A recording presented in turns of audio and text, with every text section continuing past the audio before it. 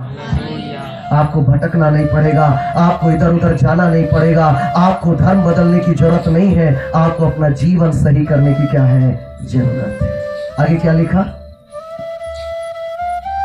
जी,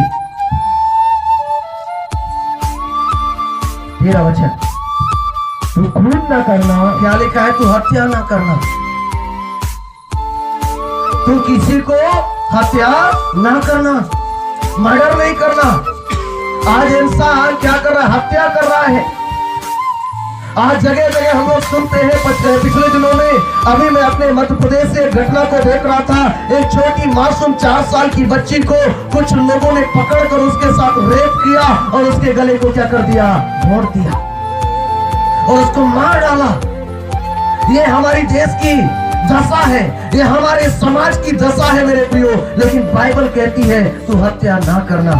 और जब इंसान मेरे प्रियो हत्या करने लगा और तब वो परमेश्वर के पास गया, परमेश्वर ने बोला मैं तेरी प्रार्थना सुन नहीं सकता क्योंकि तूने मेरी आज्ञा को क्या किया है, तोड़ा है। तब उसने अपने लिए एक नया मूर्ति बना लिया, तैमूर ईश्वरास।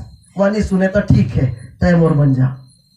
अब भाई मूर्ति तो मूर्ति है, ना तो बोल सकता है ना तो देख सकता है। आप चोरी करके आओ चाहे हत्या करके आओ, उसको कोई फर्क नहीं पड़ता, माटी तो माटी। हेलो, लेकिन एक जीवित इंसान यदि आप उसका कुछ चोरी करोगे वो जरूर बोलेगा, बोलेगा कि नहीं, बोलेगा। इसलिए इंसान न जानबूझ के माटी को अपना भगवान मान लिया ताकि ईश्वर कुछ कहने ना पाए।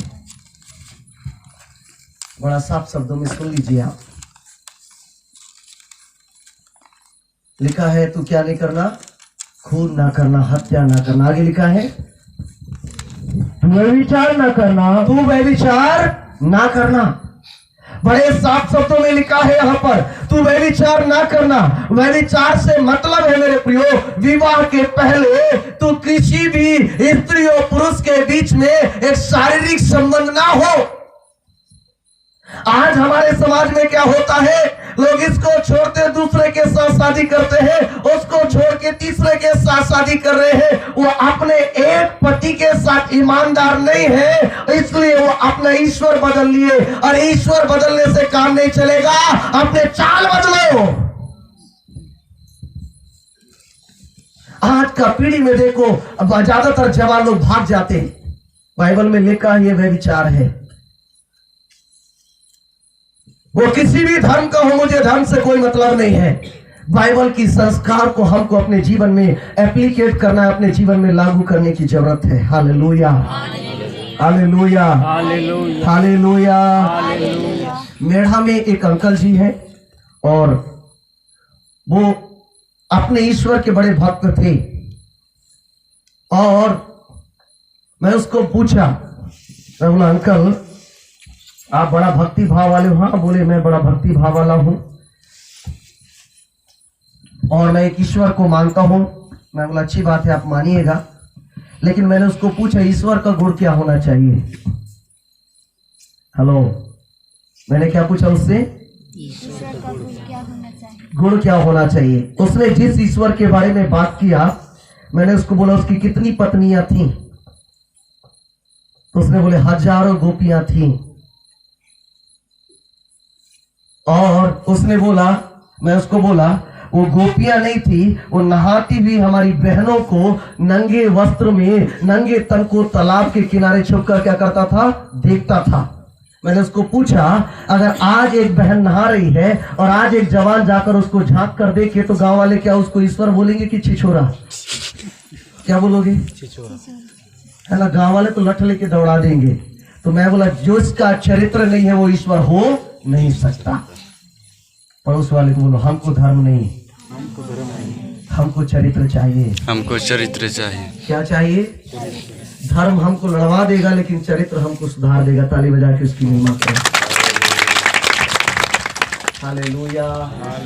पड़ोस वाले, चरित्र के बिना धर्म बेकार है, धर्म बेकार है। Hallelujah, hallelujah. धर्म अच्छा है कि चरित्र अच्छा है? मेरे को बताइए।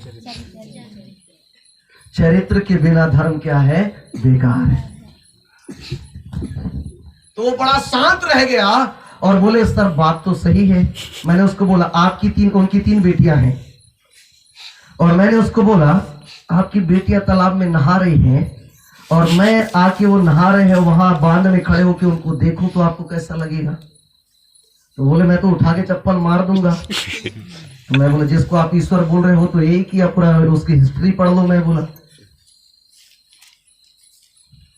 तो सोचने लगा। मैं कहा उसके बारे में पढ़िए, आप जानिए जिसको आप ईश्वर मान रहे हो। मैं बोला कोई बोल दिया ये ईश्वर है उसके पीछे मत जाइए। मैं बोला किसी को मानो मुझे मतलब नहीं है, लेकिन मानने से पहले उसके कैरेक्टर उसके चरित्र को जानना बहुत जरूरी है। उसने बोला मैं तो आपको मार देता बोले चप्पल से। तो मैं कहा जिसकी आप पूजा करते हो वो तो ज्यादा पार खाने लायक है। Hallelujah hallelujah hallelujah hallelujah hallelujah. और आज उसने उसके बारे में अध्ययन किया, बहुत अध्ययन किया, और आज वो प्रभु यीशु मसीह की उपासना करने लगा। ताली बजा के। और आज उसकी आंखें खुल गई है और प्रभु ने उसको समझ दिया और उसने बोला सर मुझे माफ करिएगा। जब भी हम उधर से गुजरते हैं वो बड़े आदर के साथ अपने घर में बिठाता है और सम्मान देता है। आमीन हालेलुया हालेलुया हालेलुया। पड़ोस वाले बोलो चित्र की नहीं चरित्र की पूजा करो। चरित्र की पूजा करो। बोलो यीशु मसीह की जय। क्या लिखा? व्यभिचार ना करना। Praise the Lord. व्यभिचार केवल शरीर से नहीं, व्यभिचार आप अगर नए नियम में जाओगे तो लिखा है किसी एक पुरुष अगर किसी स्त्री को कुदृष्टि से देखे तो वो क्या करता है? व्यभिचार करता है। वैसे ही पुरुषों के लिए भी, स्त्रियों के लिए भी है। अगर कोई स्त्री किसी पुरुष को गलत नजर से देखा तो वो भी क्या करता है? व्यभिचार करता है। और जब आदमी इन बातों से बच नहीं सका ना तो अपना क्या बदल लिया? बोलो बोलो भगवान। ऐसे को भगवान बना लिया, ना तो कह सकता है, ना तो सुन सकता है, ना तो देख सकता है। मैं आपकी धार्मिक भावनाओं की आलोचना नहीं करना चाहता, लेकिन मैं आपको समझाना चाहता हूँ, आपकी आंखें खोल देना चाहता हूँ। जिस भी ईश्वर को आप माने आपकी आजादी है। हम आपको नहीं बोलेंगे कि आप यीशु मसीह को माने, लेकिन जिसको मानते हो उसके चरित्र के बारे में जानना बहुत जरूरी है। आज हमारे देश को धर्म नहीं चाहिए।